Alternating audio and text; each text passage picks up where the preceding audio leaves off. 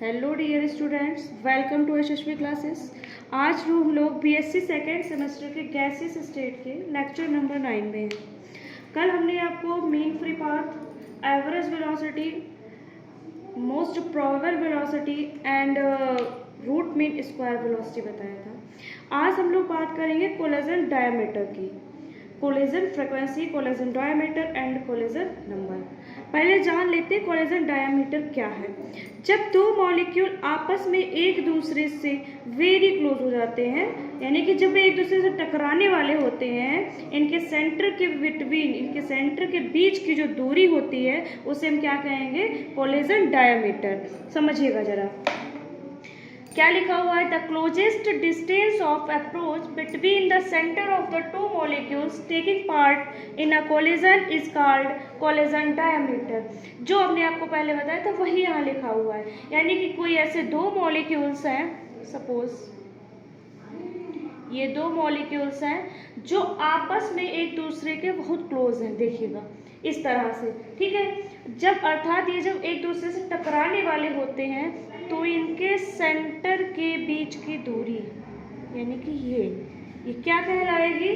Collision diameter. क्या कहलाएगी? Collision diameter. इसे हम किससे रिप्रेजेंट करेंगे? इसे हम सिग्मा से रिप्रेजेंट करेंगे। It is represented by sigma. It is represented by sigma. समझिएगा, इसे हम रिप्रेजेंट कर रहे हैं सिग्मा से, और इसे यूजुअली हम एक्सप्रेस किससे करेंगे? यूनिट क्या होगी इसकी? एंगस्ट्रॉम। यूनिट क्या होगी इसकी? एंगस्ट्रॉम। ठीक है, एग्जांपल हम लेते हैं O2 मॉलिक्यूल के लिए। For O2 molecule, O2 molecule के लिए हम लेंगे तो क्या होगा? सिग्मा यानी कि कोलिजन डायमीटर 3.61 एंगस्ट्रॉम। ठीक है, इतना हो गया।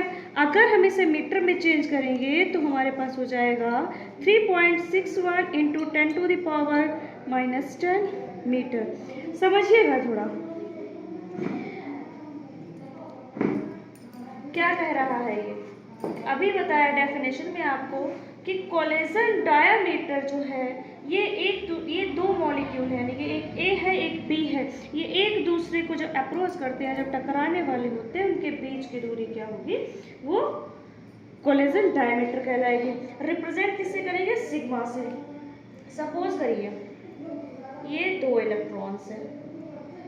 अब आपके मन में क्वेश्चन अराइज हो सकता है ना कि ऐसा क्यों है, ये सिग्मा डिस्टेंस से इतनी, इसके बीच की दूरी सिग्मा ही क्यों होगी?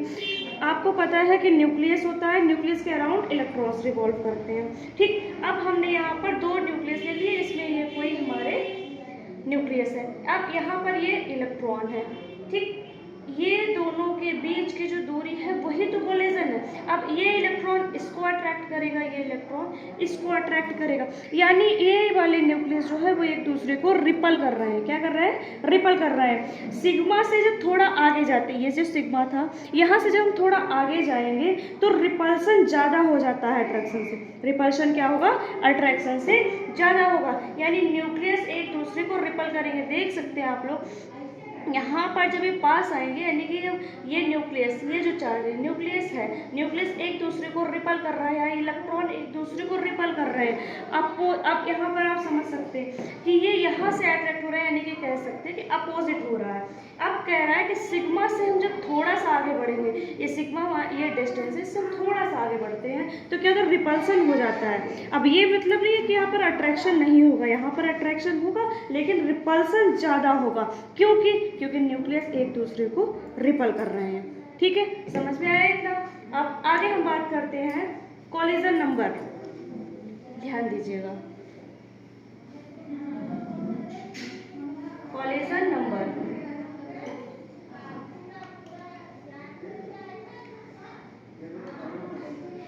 कोलिजन नंबर क्या होता है? कोलिजन नंबर एक सेकेंड में एक मॉलिक्यूल से कितनी बार कोलिजन करता है। एक सेकेंड में एक दूसरा मॉलिक्यूल दूसरे मॉलिक्यूल से कितनी बार कोलिजन कर रहा है। डेफिनेशन में देख लेते हैं। The number of collisions which the number of collisions which a single molecule molecule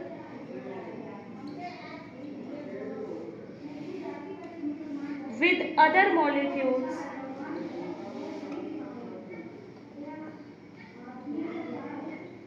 in 1 second.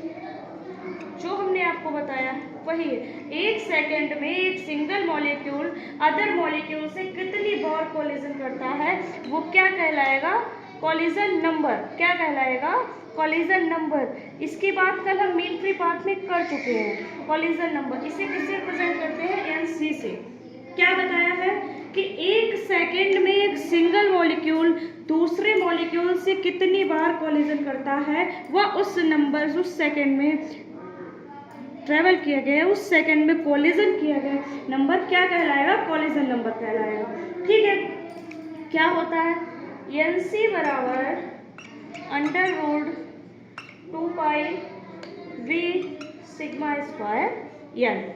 ठीक, ये हमने कल भी नोटिस किया था। यहाँ पर v क्या है? Velocity of the gas molecule. Velocity of the gas molecule in centimetre second inverse. यहाँ हमारा सिग्मा क्या है? Molecular diameter. Molecular diameter in centimetre. और एन क्या है? Number of molecules. क्या है? Number of molecules 1 centimetre cube of the gas. ठीक, अब समझिएगा क्या है हमारा कोलिजन नंबर? 1 सेकेंड में एक सिंगल मॉलिक्यूल द्वारा अदर मॉलिक्यूल से कितनी बार कोलिजन करता है वो क्या कहलाएगा? उस नंबर का कोलिजन नंबर कहलाएगा। फॉर्मूला क्या है उसका? NC = √2 pi V sigma square N. V क्या है हमारा? वेलोसिटी ऑफ द गैस है। Molecule in centimetre second inverse. Sigma क्या है? Molecular diameter in centimetre. N क्या है? Number of molecules in 1 centimetre cube of the gas. अब बात करते हैं हम कोलिजन फ्रीक्वेंसी की। कोलिजन फ्रीक्वेंसी क्या होता है समझेंगे जरा। कोलिजन फ्रीक्वेंसी किसी डेफिनेट टेम्परेचर एंड प्रेशर पर किसी गैस के 1 सेंटीमीटर क्यूब में प्रेजेंट मॉलिक्यूल को पर सेकेंड कोलिजन के नंबर, यानी कि एक डेफिनेट टेम्परेचर और प्रेशर होगा जब गैस के 1 सेंटीमीटर क्यूब में प्रेजेंट मॉलिक्यूल पर सेकेंड कोलिजन करेंगे वो क्या कहलाएगा? Collision frequency. इंग्लिश में देख लीजिए, the number of collisions which take place in 1 second among the molecules present in 1 centimetre cube of the gas is called collision frequency. ठीक है, समझिएगा जरा। यहाँ अभी हमने आपको बताया था NC = होता है √2 pi V sigma square N. ठीक, यही हमने आपको बताया था किसमें? कोलिजन नंबर का फॉर्मूला। क्या करना है हमें? हम जो है कोलिजन फ्रीक्वेंसी को Z से डिनोट करते हैं। किससे रिप्रेजेंट करते हैं? Z से। हम यहाँ पर Z = √2 pi V sigma square N into N कर सकते हैं। इसे हम एक बार n से मल्टीप्लाई कर सकते हैं। तो यहाँ पर हमारा हमें क्या मिलेगा? √2 pi V sigma square N square. ठीक, इतना मिल गया। अगर हम सपोज है हमने डायमीटर की बात की, हम यहाँ पर रेडियस करेंगे तो ZN बराबर half into √2 pi V sigma square N square. हमें यहाँ पर क्या मिला?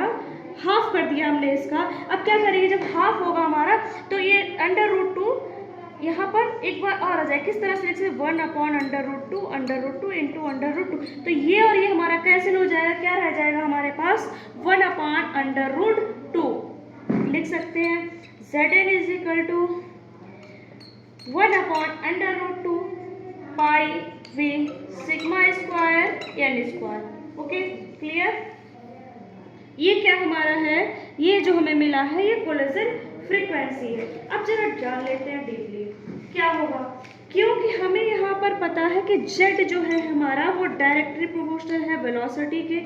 Z हमारा डायरेक्टली प्रोपोर्शनल है सिग्मा के यानी कि मॉलिक्यूलर डायमीटर के, जेड हमारा डायरेक्टली प्रोपोर्शनल है एन के। यानी कि समझिएगा हमारी वेलोसिटी बढ़ेगी, कोलिजन फ्रीक्वेंसी बढ़ेगी, नंबर ऑफ मॉलिक्यूल्स बढ़ेंगे, कोलिजन फ्रीक्वेंसी बढ़ेगी, डायमीटर बढ़ेगा, कोलिजन फ्रीक्वेंसी बढ़ेगी, क्योंकि यहाँ पर ये हमारे डायरेक्टली प्रोपोर्शनल है।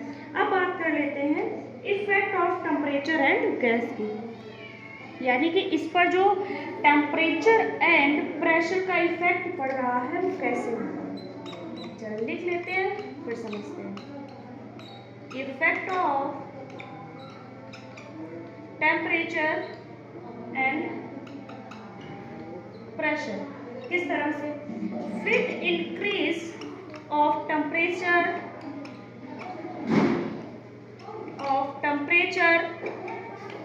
और increase of pressure, collision frequency increase.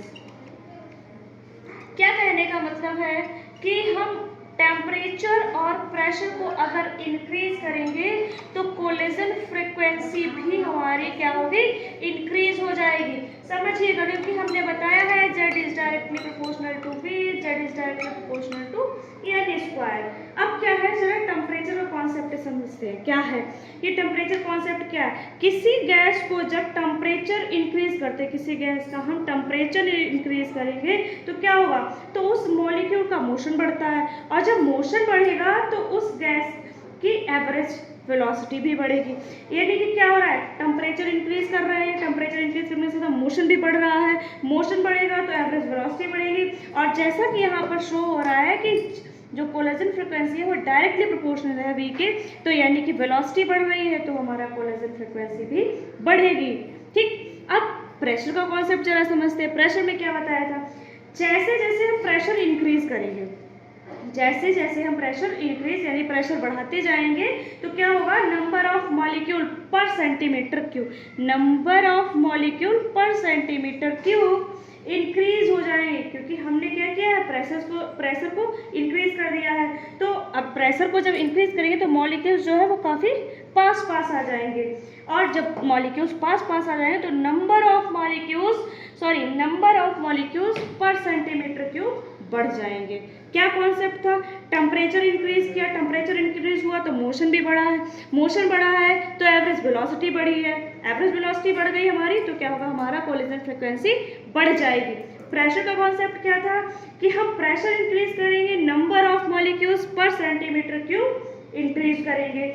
जब हमने प्रेशर इंक्रीज कर दिया यानी कि प्रेशर हमने बढ़ा दिया है तो क्या हो जाएगा, मॉलिक्यूल्स काफ़ी क्लोज आ जाएंगे, मॉलिक्यूल्स क्लोज आएंगे तो नंबर ऑफ मॉलिक्यूल्स भी बढ़ जाएंगे पर सेंटीमीटर क्यूब। ये था आपका collision diameter and collision frequency and collision number. Next and last topic of the chapter है liquefaction of gases.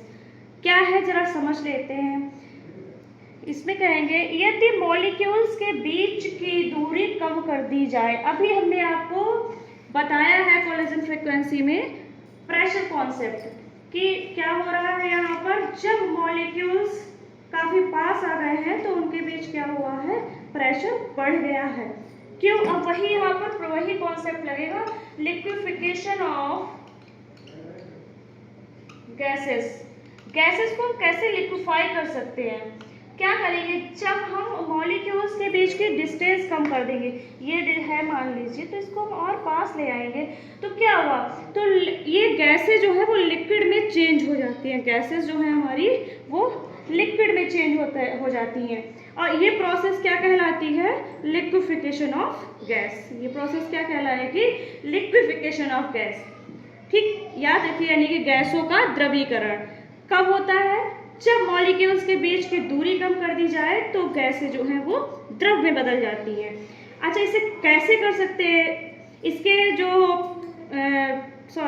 Liquefaction of gases के दो मेथड है, एक decreasing temperature and increasing pressure, यानी कि या तो हम टेम्परेचर को डिक्रीज करेंगे या हम प्रेशर को इंक्रीज करेंगे।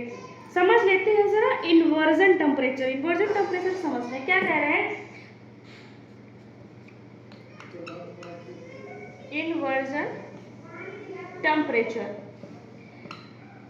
जूल थॉमसन इफेक्ट द्वारा गैस तभी, अब ये जो इसको हम जूल थॉमसन इफेक्ट भी कहते हैं, इन्वर्जन टेम्परेचर यानी कि Joule Thomson effect. Joule Thomson effect द्वारा गैस तभी ठंडी होती है या गैस तभी कूल होती है जब कंप्रेस्ड गैस का टेम्परेचर एक स्पेसिफिक टेम्परेचर से कम हो।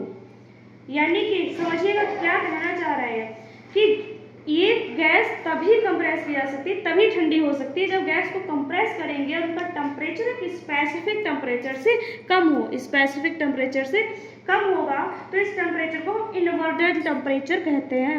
इसको हम TI से लिखते हैं, लिखेंगे 2A/RV। क्या लिखेंगे? 2A/RV। क्या हुआ? गैसेस को कंप्रेस किया गया तो एक स्पेसिफिक टेम्परेचर से इसका टेम्परेचर जो है वो कम रहेंगे, यानी कि स्पेसिफिक टेम्परेचर से जो कम टेम्परेचर होगा वो क्या कहलाएगा? Inversion temperature. किससे डिनोट कर रहे हैं? TI से इज इक्वल टू 2A/RV। यहाँ पर A और V क्या आपके हैं? वॉन डेर वाल्स कांस्टेंट है।